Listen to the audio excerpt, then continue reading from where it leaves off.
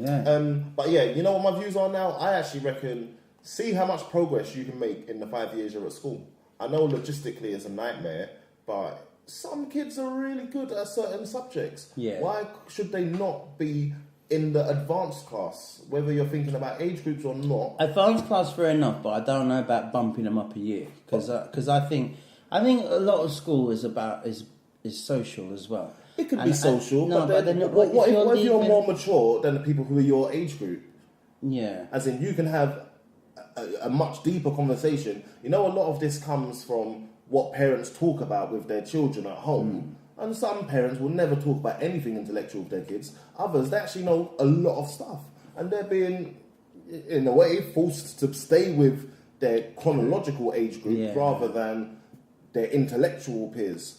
I actually reckon, and I know it sounds like a nightmare, but in massive schools, like the one you were talking about, it should be a little bit easier just to say, look, actually, if you are at this standard, you be in this room. This is why we hear those stories, and sometimes like I get a little bit heartbroken of like 7-year-olds who are able to like do university standards, this, that, and the other, or 11-year-olds who admitted to Cambridge, and I think, nah, you know what? Yeah, that must have been really painful for you, because those ones almost feel like they were forced to be good. I know that's too much, but if they do have some sort of talent from it, don't go the other way and say, no, you stay with those people who are your age. That's too much. That's too the university small. There needs to be something in the middle. University thing is more like it's the parents kind of.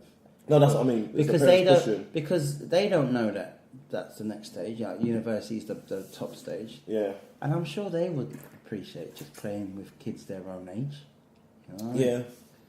Or a little bit older, mate. I still don't see a thing about age.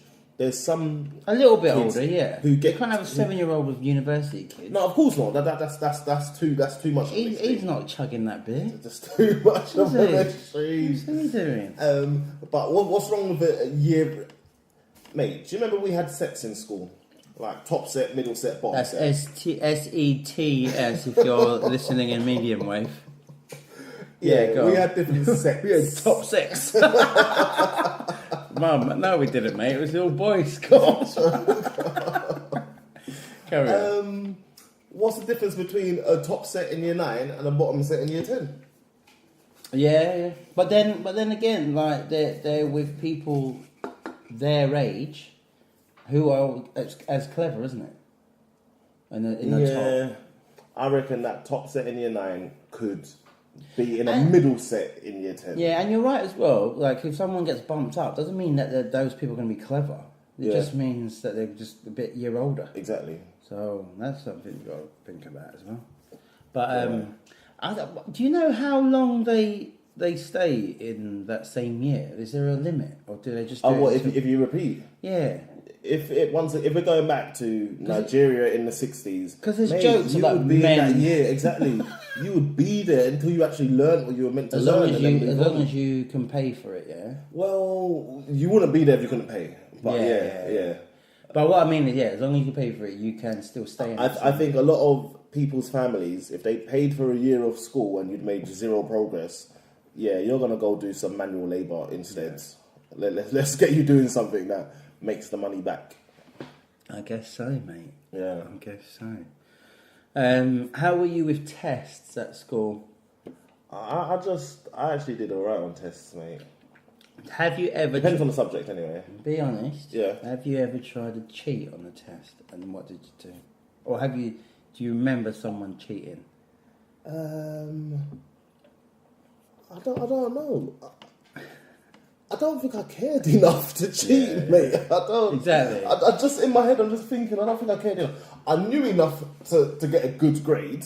Yeah. So if I was cheating, it's just like, I definitely want to get an A grade.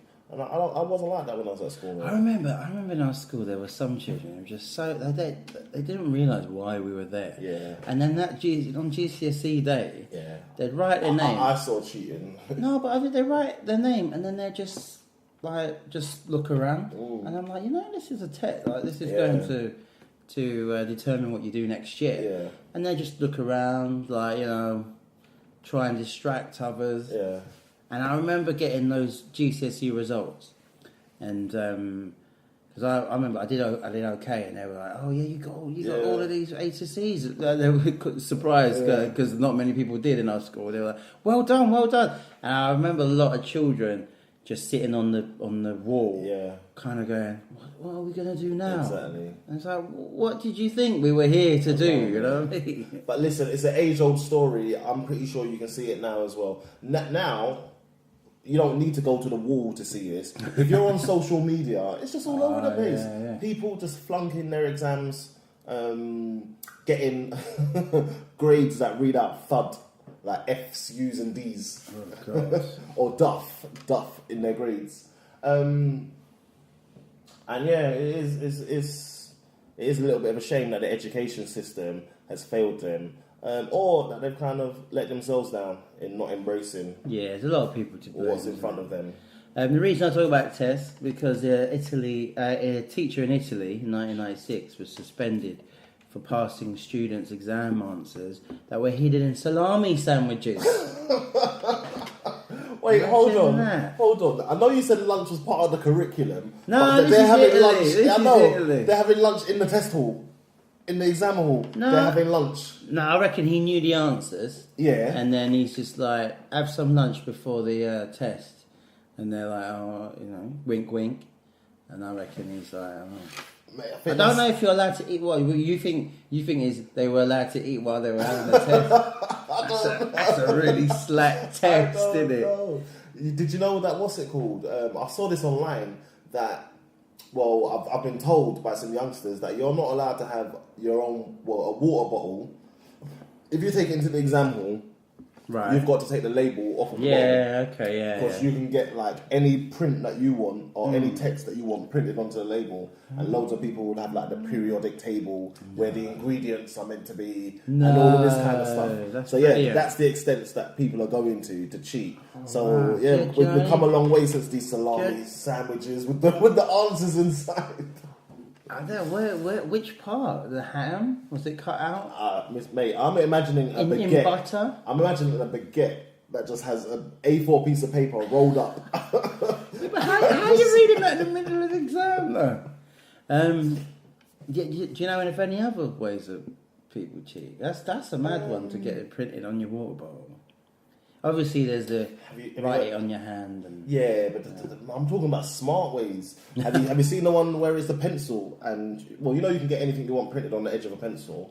Right. So having a pencil that on the sides it just has certain things printed for you to remember. But that must be because you can't get a lot on the pencil. So no, it's true. But if there was like, do you bring your own pencil, right? In the later I'm sure exam? you do. You're meant to.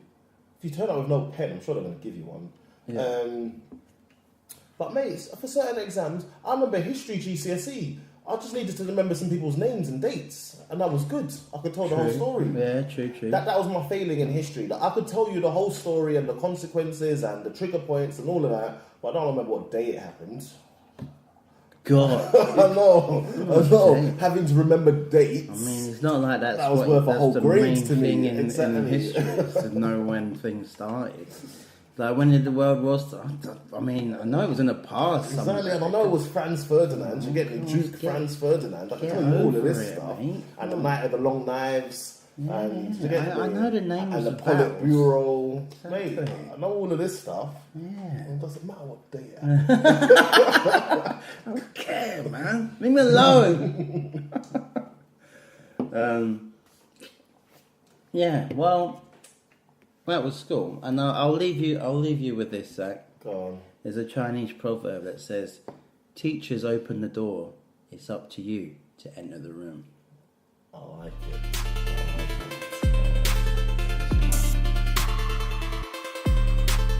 All right. What, mate? I was gonna say, have you heard of stolen valor? No. No. It's like I heard of a little while ago, and then Valour. it just cropped up again last week at some point. Valour is like bravery. Yeah, that's what it is. Like a stolen bravery. So it's as in valor for being in the armed forces. Okay. And the stolen aspect is people pretending they were in the armed forces. Yeah. That's interesting. And there's actually quite a big movement on this where people are really irritated that anybody would pretend that they were part of the armed forces. Of course. Yeah. Yeah. Okay, you say of course. I don't know. When I watch it sometimes, I'm like, are these guys going a little bit too far? The actual definition of it is that you're gaining or receiving money, property, or any other tangible benefit from pretending. Oh my, that's even were- worse. yeah. I thought you meant just saying it, but if they're getting So you think benefits, it's just morally wrong? yeah, I if they're getting understand. benefits that should go to people that actually serve. The benefit side, definitely, I agree with that. But then what if you're just wearing fatigues? Is that enough for you to... If you're wearing all the... Yeah, if you're wearing all the combat gear or the camouflage clothes. Where did you Because get that? Well, but are they like fake medals and that? people are walking up to people wearing them and go, okay, where did you serve? Where did you get that medal? Is this, that, the other? But who are these people that are No. violently I think most of the aggressively people, asking like that? Yeah, and they are aggressively asking. Yeah. I think most of them are veterans, and as in, or they've come back from a tour, or they're military personnel themselves. Right. And they just see someone else wearing military gear, And it's and they're not like, right, I don't think you're real. Yeah. And then they go over to them and they start basically interrogating them off of whether or not those are theirs, and how much, how involved they are with the armed forces. And they'll be like, can you show me your ID card? And too many times no one's got an ID card to show them. But yeah, it's to the point where they'll start interrogating them. Who was a sergeant major of the 5th Battalion and all of these kind of things. Wow, to properly question yeah. them. And Is it because they don't look the right age or something? It's not even that. There's lots of things. Sometimes the person might look too overweight. Sometimes, you know what? Yeah, but if they served in the past, Exactly. Look at they're allowed to footballers, get man. overweight. Look at There's, footballers. Ian Mulby. Damn it. Who's John Barnes? Exactly. Razor Ruddock. I saw him on, what's love it John called? Barnes.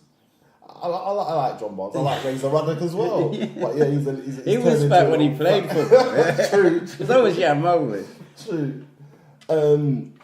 There'll be little giveaways like, you don't carry yourself like military. You haven't got the right haircut for military. But they're retired, No, though. but I can understand there's some habits that you would likely maintain. Right. Do you know what I mean? Did they have a secret handshake? Maybe that There's would no do secret it. handshake. Oh, I see. You need one. But they're calling people out for the smallest things. It'll be like, oh, your boots don't match, and or we don't wear black boots in the military.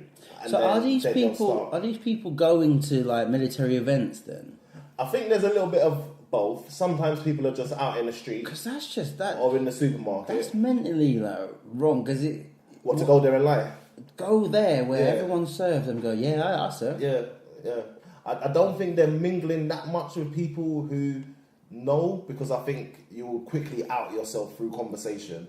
So it's not like But there's it's as if they get a buzz out of the lie and to try and get away with maybe it. it is.